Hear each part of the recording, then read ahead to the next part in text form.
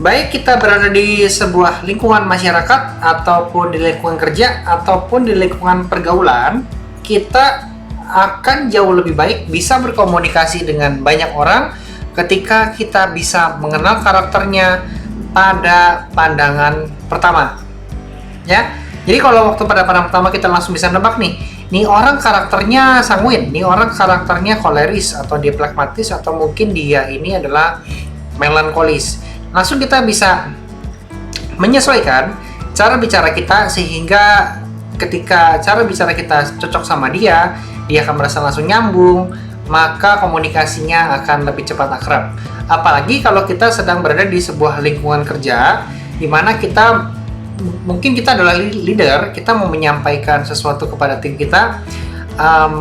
Kalau kita bisa menyesuaikan gaya bicara kita dengan tim kita itu dengan karakternya seperti apa, maka pesannya bisa tersampaikan dengan baik, ya, dengan sempurna. Kalau Anda lemparnya apel, yang ditangkap oleh mereka juga dapatnya apel. Itu poinnya. Maka kita harus mengenal karakternya pada pandangan pertama. Ini dia trik-trik untuk kita bisa langsung menebak karakter dia tuh pada pandangan pertama seperti apa.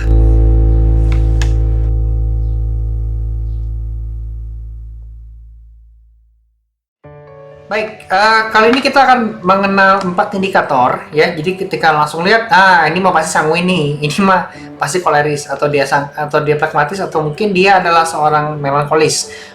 Lihat, ini udah aku tebak. Nah, gimana caranya nebak? Nah, gini teman-teman. Kalau ini bonus saja, ya. Jadi ini kalau dia orang ekstrovert yang artinya senang bergaul, maka dia di awal temu mereka langsung terlihat antusias, berarti bisa dibilang extrovert. Oke, sekarang kita langsung masuk ke materinya ya. Kalau gampang senyum, wajahnya happy, bawaannya good mood, pasti orangnya sanguin.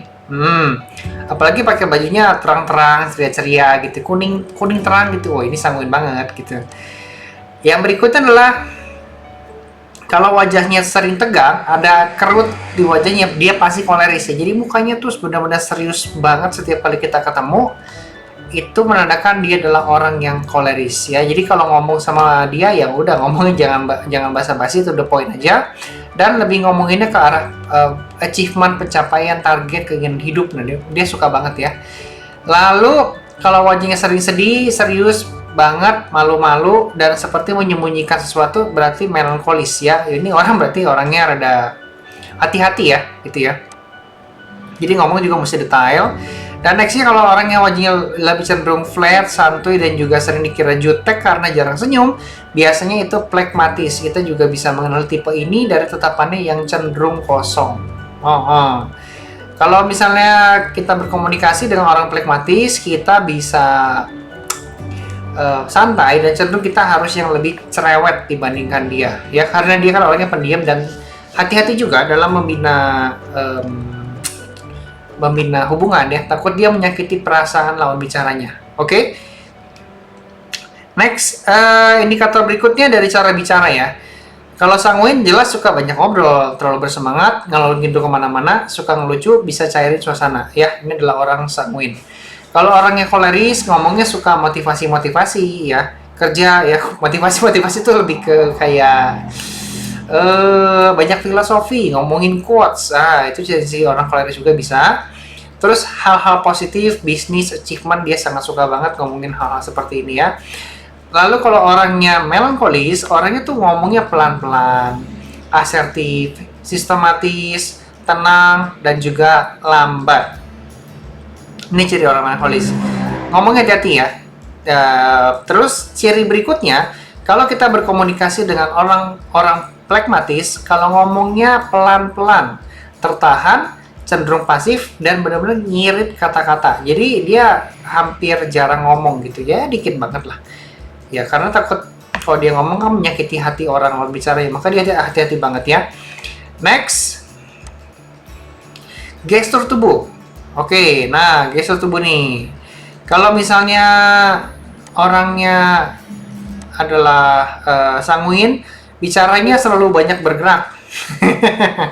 Bergerak kesana kemari, dan benar-benar bersemangat.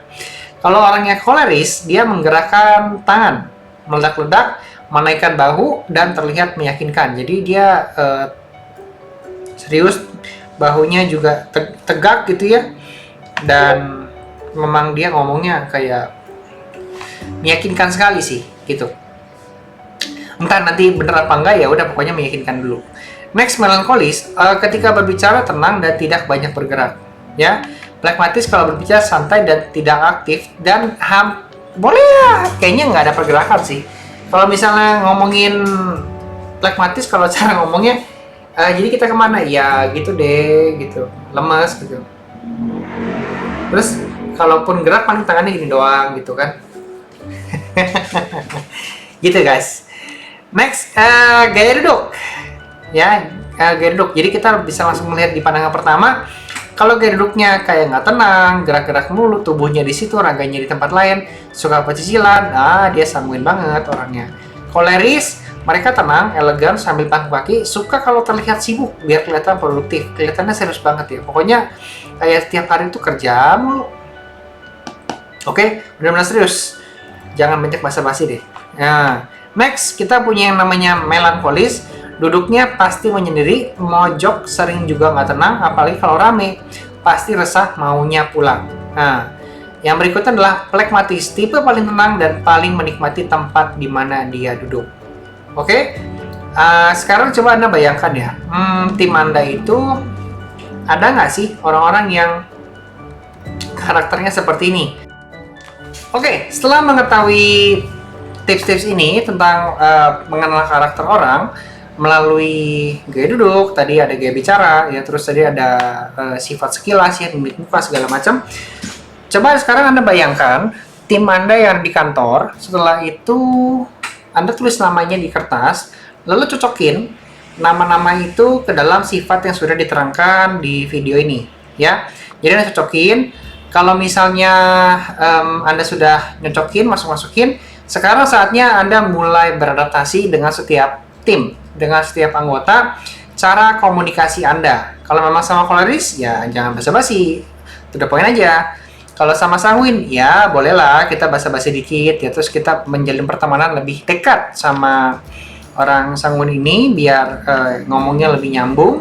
Terus pragmatis, kita orangnya harus lebih santai, terus lebih cerewet gitu ya. Kalau dia kan karena kita punya anak hati, ya udah kita harus lebih cerewet. Terus kalau sama melankolis, pastikan Anda ngomong harus benar-benar detail banget. Kalau enggak, nanti tim kita nggak ngerti. Apalagi dia yang punya sifat melankolis, dia nggak ngerti harus ngapain dan takutnya salah. Orang yang melankolis pada dasarnya karena hati-hati dan suka detail, maka ketika dia tidak ngerti, maka dia akan banyak nanya, dan kadang-kadang orang sering salah kaprah bahwa dia tuh kok tukang ngegerecokin ya. Kita lagi ngapa-ngapain, nanya lagi, agak-agak mirip-mirip perfeksionis ya. Cuman memang itu bawa sifat dari orang melankolis. Oke, semoga ini bisa bermanfaat dan menjadikan suasana kantor kita lebih harmonis antara tim dengan pimpinan ataupun pimpinan dengan timnya. So guys, itu aja untuk video kali ini. Semoga bermanfaat. Jika Anda suka dengan tips seperti ini, boleh subscribe channel kami di sini, klik tombol loncengnya. Follow juga komunitas kita, namanya Pengusaha Bahan Bangunan, di mana kita banyak membahas tips productivity, team building, marketing, selling, kemudian ada juga branding ya. Pokoknya tips-tips yang bisa bikin bisnis kita lebih maju. Oke? Thank you guys semuanya. Salam sukses untuk pemirsa YouTube ini. Bye-bye.